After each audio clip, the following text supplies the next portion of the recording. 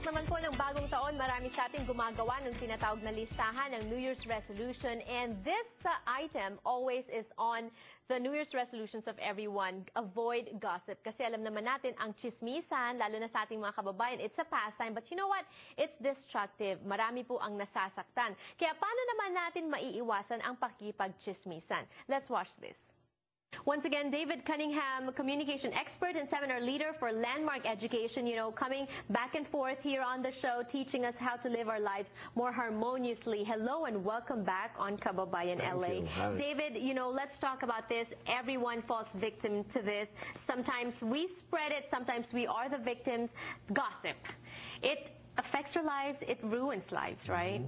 Yeah. What are the different kinds of gossips? There's really three kinds of gossip. The first kind of gossip is rather harmless. It's just when you hear some news and you kind of want to tell it before you're supposed to. Like you heard somebody's dating somebody, or maybe somebody's having a baby, and just before you're supposed to, you tell somebody else. Because you don't want to be out-scooped. Because you want to be the first to, yeah. And because you're just excited about it, right? Okay. So it's pretty harmless, that kind. The second type? The second kind is pretty damaging, which is the kind where you really do some damage to another person's reputation. Like you really do say something bad or mean about another person. That kind is really, if we could just cut that kind out, that'd be really good. Is that what you call the gripe gossip? Exactly, yes. The third kind? The third kind is really interesting. It's when you really are just complaining. Okay. And you just are complaining about some situation, or you're complaining about a person you're dealing with. And that kind of gossip can really be turned into gold.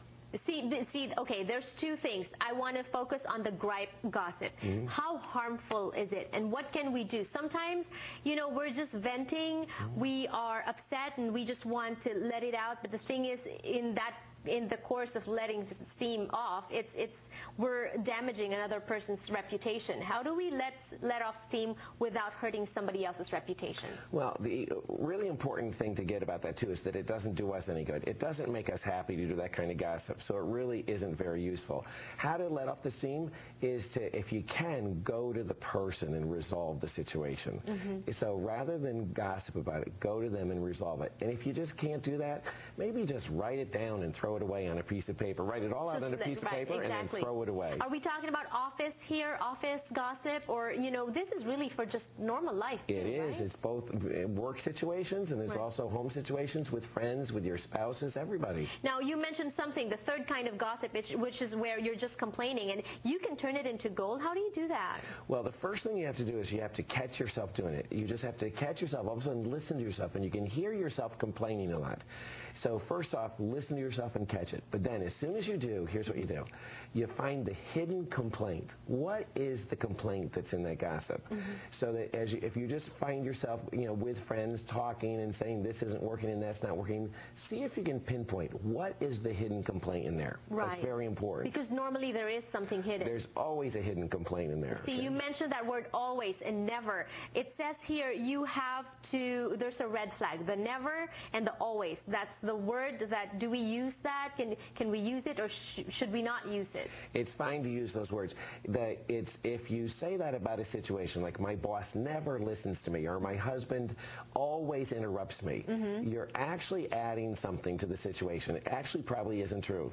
Oh. It's not that they always do that or never do that. So you're just exaggerating. And it makes the situation sound worse for you. Okay. It makes it for you that you have a bigger problem than you actually have. Right. See, that so far we've been talking about gossip and how when it starts from us, what do we do? But how about on the listening end? What if we're listening to someone who's just gossiping about somebody else? What do we do? Well, one thing you can do first is just listen to it, right? And just resolve for yourself you're not going to do anything with it, you're not going to agree with it, you're not going to believe it, you're certainly not going to pass it on to somebody else. But then the most important thing to do is encourage that person themselves. What is their complaint? What's the hidden complaint in what they're saying? And then turn that complaint into a request.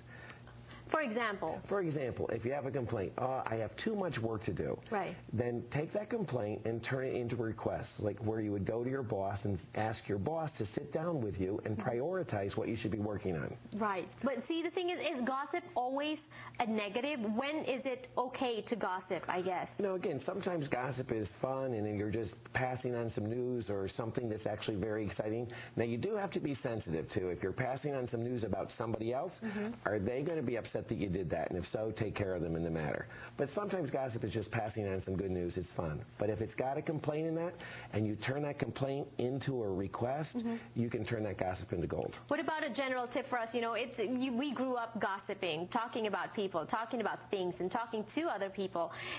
How do we kick that habit? Well, one thing you can do is in your conversations with people, actually be up to something. Be creative. Be wanting to create something new happening that wasn't happening before versus talking about what already happened. Oh, okay. So that's a good idea. Or maybe focus on just the good things. You know, my mom has always told me, if you can't say anything good, then just zip it. Our mothers often had the best advice of anybody in the world, didn't they? But yes, if you don't have anything good to say, just don't say anything at all. They told us that. It's good advice. You come second to my mom. Thank you so much.